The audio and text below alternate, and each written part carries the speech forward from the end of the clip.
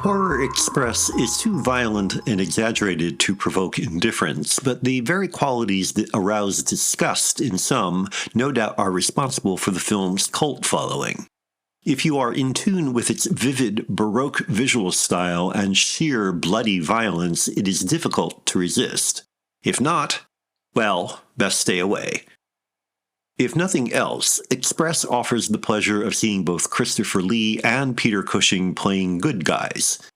While Lee's character, Sir Alexander Saxton, is an arrogant SOB, at least he's on the right side of the action.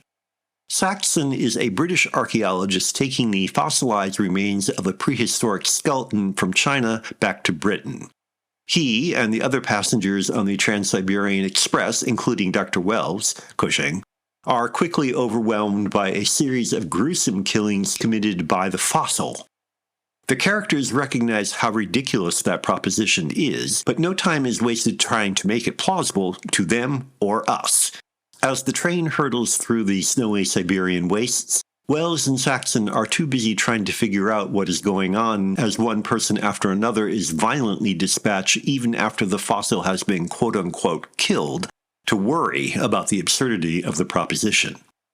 The train never stops moving, and the action in Horror Express never lets up.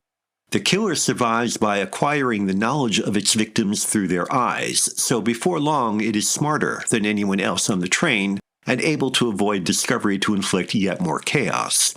Even when a group of Cossacks, led by Telly Savalas in one of his cigar-smoking turns, boards the train, there seems to be no stopping the horrors, and the race against the killer leads to a spectacular finale.